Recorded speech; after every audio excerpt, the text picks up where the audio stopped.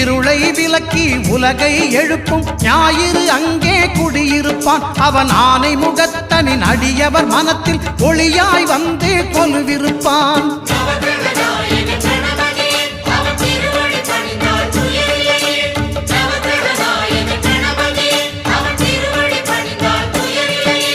ஒன்பது கோளும் ஒன்றாய் காண